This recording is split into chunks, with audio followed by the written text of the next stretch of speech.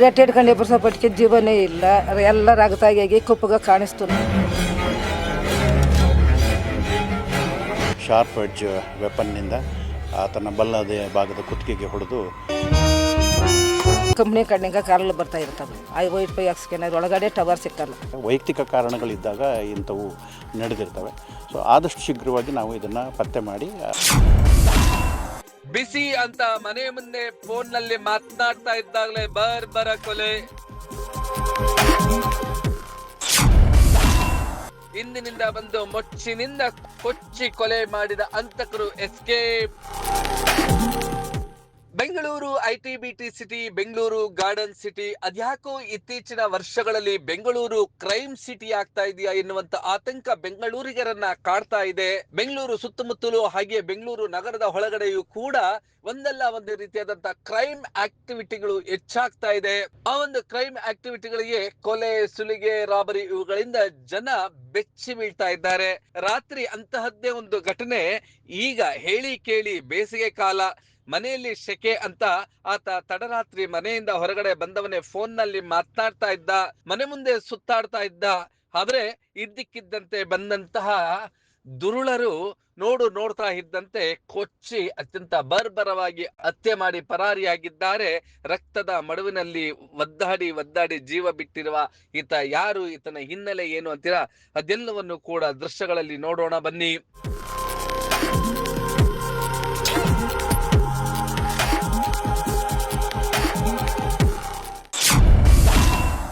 ರಕ್ತದ ಮಡುವಿನಲ್ಲಿ ಒದ್ದಾಡಿ ಪ್ರಾಣ ಬಿಟ್ಟಂತವನನ್ನ ಕಂಡು ಸ್ಥಳೀಯರು ಶಾಕ್ ಆಗಿದ್ದಾರೆ. ಮಗನನ್ನ ಕಳ್ಕೊಂಡಂತಹ ಕುಟುಂಬಸ್ಥರ ಆಕ್ರಂದನ ಮುಗಿಲು ಮುಟ್ಟಿತ್ತು.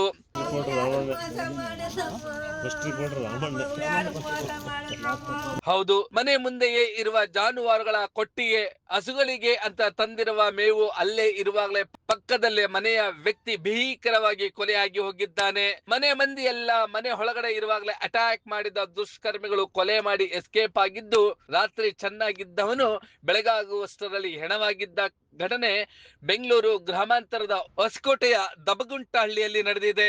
ತಡರಾತ್ರಿ 11 ಗಂಟೆ ಸುಮಾರಿಗೆ ಮನೆ ಮುಂದೆಯೇ ಭೀಕರವಾಗಿ ಕೊಲೆಯಾಗಿ ಹೋಗಿದ್ದಾನೆ ಈ ಮನೆಯ ಮಗ ಶಿವಶಂಕರ್.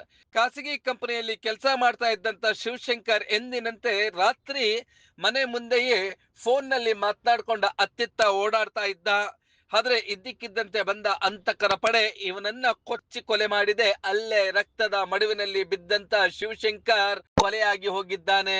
ಬೆಳಿಗ್ಗೆ ಅಮ್ಮ ಎದ್ದು ಹೊರಗಡೆ ಬಂದು ನೋಡ್ತಾರೆ, ಮಗ ಮಲಗಿದ್ದಾನೆ. ಒಳಗಡೆ ಬಂದು ಮಲಕ್ಕೋ ಅಂತ ಹೇಳೋಣ ಅಂತ ಹೇಳಿ ಹೋಗಿ ಮುಟ್ಟಿದ್ರೆ ರಕ್ತದ ಮಡುವಿನಲ್ಲಿ ಬಿದ್ದಿದ್ದಂತ ಮಗನನ್ನ ನೋಡಿ ಆಕಾಶವೇ ತಾಯಿಯ ಮೇಲೆ ಕಳಚಿ ಬಿದ್ದಂತಾಗಿತ್ತು.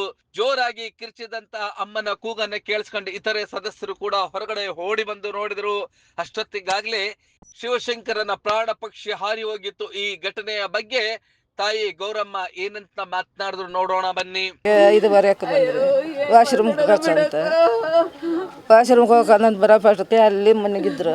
ಯಾಕೆ ಎಲ್ಲಿ ನೈಟ್ ಎಲ್ಲ ಸೆಕೆ ಅಂತ ಅಂದ್ಬಿಟ್ಟು ಏನೋ ಇಲ್ಲಿ ಬಂದು ಮನೆಗೆ ಅಂತ ಅಂದ್ಬಿಟ್ಟು ಹೋಗಿ ಪಿ ಯಾಕಪ್ಪ ಇಲ್ಲಿ ಮನೆಗೆ ಕೇಳಿದೆ ಅಂತೇಳಿ ರೆಟ್ಟೆ ಹಿಡ್ಕೊಂಡು ಎಬ್ಬರಿಸಿನಿ. ರೆಟ್ಟೆ ಹಿಡ್ಕೊಂಡು ಎಬ್ಬರ್ಸೋಪಟ್ಟಿಗೆ ಜೀವನೇ ಇಲ್ಲ, ಎಲ್ಲ ರಗತಾಗಿ ಕುಪ್ಪಗ ಕಾಣಿಸ್ತು. ನಂಗೆ ವಾಶ್ರೂಮ್ಗೆ ಹೋಗೋಣ ಅಂತ ನಾನು ಹೋಗಿದ್ದು.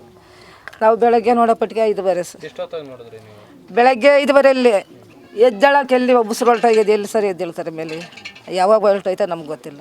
ಅವರು ಆಚೆ ಕಡೆ ಅಂತಂದ್ರೆ ಕಂಪ್ನಿ ಕಣ್ಣಿಂಗ ಕಾರಲ್ಲಿ ಬರ್ತಾ ಇರ್ತವೆ.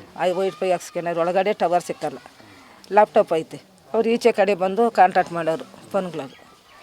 ಅದು ಡೈಲಿ ಯಾವಾಗ ಒಂದು ದಿವ್ಸಕ್ಕೆ ಒಂದು ನೈಟ್ಗೆ 2-3 ಕಿತ 4 ಕಿತ ಬರೋದು ಈಚೆ ಕಡೆ. ಅದು ನೈಟು ಅವರು ಸಂಜೆ ಗಂಡ ಹೆಂಡ್ತಿ ರೂಮಲ್ಲಿದ್ದರು, ಬೆಡ್ರೂಮಲ್ಲಿ. ನಾವು ಹಾಲಲ್ಲಿದ್ದರೆ ಇವಾಗ ಅವ್ರು ಬೆಡ್ರೂಮಾಗ ಇರೋರು ಎಷ್ಟೊತ್ತಿಗೆ ಬರ್ತಾರೆ ಎಷ್ಟೊತ್ತಿಗೆ ಹೋಗ್ತಾರೆ ಅಂತ ನೋಡೋಕೆ ನಮ್ಗೆ ಗೊತ್ತಿರ್ತದೆ ಸರ್. ಇಲ್ಲ ಸರ್, ಆ ಥರ ಏನೂ ಇಲ್ಲ. ನಮ್ಗೆ ಯಾರ ಮಗ ಅನುಮಾನನೂ ಇಲ್ಲ. ನಮ್ಮ ಮಗ ಯಾರ ಮಗ ಆ ಥರ ಗಲಾಟೆಗಳಿಗೆ ಹೋದನೂ ಅಲ್ಲ. ಆತನ ಕೆಲಸ ಆಯಿತು, ಓದೋಕ್ಕೆ ಕೆಲಸ ಬಂದ್ರೆ ಮನೆ, ಇಷ್ಟು ಬಿಟ್ಟು ಇನ್ಯಾವುದೂ ಇಲ್ಲ ಸರ್. ನಮ್ಮ ಹುಡುಗನ ಊರು ವ್ಯವಹಾರ ಯಾವ್ದು ಗೊತ್ತಿರಲ್ಲ. ಆದಂತ ಶಿವಶಂಕರ್ ನರಸಾಪುರ ಕೈಗಾರಿಕಾ ಪ್ರದೇಶದ ಖಾಸಗಿ ಕಂಪನಿ ಒಂದರಲ್ಲಿ ಕೆಲಸ ಮಾಡ್ತಿದ್ದ. ಎಂದಿನಂತೆ ನಿನ್ನೆಯೂ ಕೂಡ ಕೆಲಸ ಮುಗಿಸ್ಕೊಂಡು ಮನೆಗೆ ಬಂದಿದ್ದ. ರಾತ್ರಿ ಫೋನ್ ನಲ್ಲಿ ಮನೆ ಹೊರಗಡೆಯ ಮಾತನಾಡ್ಕೊಂಡು ಅತ್ತಿತ್ತ ಓಡಾಡ್ತಾ ಇದ್ದ. ಆದ್ರೆ ದುಷ್ಕರ್ಮಿಗಳು ಇವನನ್ನ ಮನೆ ಬಳಿಯೇ ಬಂದು ಕೊಚ್ಚಿ ಎಸ್ಕೇಪ್ ಆಗಿದ್ದಾರೆ. ಇನ್ನು ವಿಷಯ ತಿಳಿದಂತ ಹೊಸಕೋಟೆ ಪೊಲೀಸರು ಸ್ಥಳಕ್ಕೆ ಆಗಮಿಸಿದ್ದಾರೆ. ಶ್ವಾನದಳ ಹಾಗೆ ಸೋಕೋ ತಂಡದವರು ಬಂದು ಈಗ ಈ ಒಂದು ಘಟನೆಯ ಎಲ್ಲ ಮಾಹಿತಿಗಳನ್ನು ಕೂಡ ಕಲೆ ಹಾಕ್ತಾ ಇದ್ರು. ಸ್ಥಳಕ್ಕೆ ಆಗಮಿಸಿದಂತ additional SP Venkatesh Prasanna, DYSP Mallesh, inspector Govindaraj ಮುಂತಾದವರು ಬಂದು ಈಗ ಈ ಒಂದು ಕೊಲೆಗೆ ಕಾರಣವನ್ನ ಪತ್ತೆ ಹಚ್ಚೋದಕ್ಕೆ ಮುಂದಾಗಿದ್ದಾರೆ. ಬಹುಶಃ ಹುಡುಗಿಯ ವಿಚಾರಕ್ಕೆ ಕೊಲೆ ಆಗಿರಬಹುದು ಎನ್ನುವಂತ ಒಂದಷ್ಟು ಗುಮಾನಿಗಳು ಇದೆ. ವಿಷಯಕ್ಕೆ ಸಂಬಂಧಿಸಿದಂತೆ ಅಡಿಷನಲ್ ಎಸ್ಪಿ ವೆಂಕಟೇಶ್ ಪ್ರಸನ್ನ ಏನ್ ಮಾತನಾಡಿದ್ರು ನೋಡೋಣ ಬನ್ನಿ. ಸ್ಥಳಕ್ಕೆ ಬಂದು ಪರಿಶೀಲನೆ ಮಾಡಿ ನೋಡಿದಾಗ ಅವರಿಗೆ ನಿನ್ನೆ ರಾತ್ರಿ ಒಂದು ಫೋನ್ ಕಾಲ್ಸ್ ಬಂದಿದೆ. ಫೋನ್ ಕಾಲ್ ಬಂದಾಗ ಅದರಲ್ಲಿ ಮಾತನಾಡ್ತಾ ಮನೆ ಮುಂಭಾಗದಲ್ಲಿರುವಂಥ ಒಂದು ಕಟ್ಟೆ ಮೇಲೆ ಕುಳಿತಿದ್ದಾರೆ. ಆಗ ಯಾರೋ ಒಬ್ಬ ವ್ಯಕ್ತಿ ಹಿಂದುಗಡೆಯಿಂದ ಬಂದು ಒಂದು ಶಾರ್ಪ್ ಎಡ್ಜ್ ವೆಪನ್ನಿಂದ ಆತನ ಬಲ್ಲದ ಭಾಗದ ಕುತ್ತಿಗೆಗೆ ಹೊಡೆದು ಆತ ಸ್ಥಳದಲ್ಲಿ ಮೃತಪಟ್ಟಿದ್ದಾನೆ. ಈ ಬಗ್ಗೆ ಈಗಾಗಲೇ ನಾವು 4 ಪೊಲೀಸರ ತಂಡಗಳನ್ನು ರಚನೆ ಮಾಡಿದ್ದೀವಿ.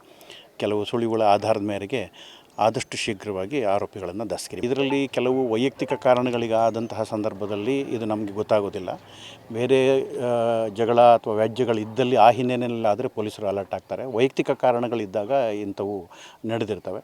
ಸೊ ಆದಷ್ಟು ಶೀಘ್ರವಾಗಿ ನಾವು ಇದನ್ನು ಪತ್ತೆ ಮಾಡಿ ಆರೋಪಿಗಳಿಗೆ ಕಾನೂನು ರೀತಿ ಏನು ಶಿಕ್ಷೆ ಕೊಡಿಸ್ಬೋದು ಅದರ ಬಗ್ಗೆ ನಾವು ವ್ಯವಸ್ಥೆ ಮಾಡ್ತೀವಿ. ಹೌದು, ನಿಖರವಾದಂತ ಕಾರಣ ತಿಳಿದ ಕುಟುಂಬಸ್ಥರು ಕಂಗಾಲಾಗಿದ್ದಾರೆ. ಆ ಒಂದು ದಬಗುಂಟ ಗ್ರಾಮದಲ್ಲಿ ಒಂದಷ್ಟು ಹುಡುಗಿ ವಿಚಾರಕ್ಕೆ ಕೊಲೆ ಆಗಿರ್ಬೇಕು ಅಂತ ಪಿಸು ಮಾತುಗಳು ಕೇಳಿ ಬರ್ತಾ ಇದೆ. ಈಗಾಗಲೇ ಪೊಲೀಸರು 4 ತಂಡಗಳನ್ನ ರಚಿಸಿ ಈ ಒಂದು ಕೊಲೆಗೆ ಕಾರಣವನ್ನ ಕಲೆ ಹಾಕ್ತಾ ಇದ್ದಾರೆ. ಇದರ ನಡುವೆ ಓರ್ವನನ್ನ ಪೊಲೀಸರು ವಶಕ್ಕೆ ಪಡೆದಿದ್ದಾರೆ ಎನ್ನುವಂತ ಮಾಹಿತಿ ಇದೆ. ಅಧಿಕೃತವಾಗಿ ಪೊಲೀಸರು ತಿಳಿಸಿದಾಗಷ್ಟೇ ಈ ಒಂದು ಕೊಲೆಗೆ ನಿಖರವಾದಂತ ಕಾರಣ ತಿಳಿದು ಬರಲಿದೆ. ಅದೇನೇ ಇರ್ಲಿ, ಬೆಂಗಳೂರು ಶಾಂತಿಗೆ ಹೆಸರಾಗಿದ್ದಂತ ಬೆಂಗಳೂರು ನಗರ ಮತ್ತು ಬೆಂಗಳೂರು ಗ್ರಾಮಾಂತರ ಇವತ್ತು ಕೊಲೆ, ಸುಲಿಗೆ, ನಿರಂತರವಾದಂತ ಅಪರಾಧ ಪ್ರಕರಣಗಳಿಂದ ಬೆಂಗಳೂರು ಒಂದು ಕ್ರೈಮ್ ಸಿಟಿ ಆಗ್ತಾ ಇದೆಯಾ ಎನ್ನುವಂತ ಆತಂಕ ಬೆಂಗಳೂರಿಗರನ್ನ ಕಾಡತೊಡಗಿದೆ.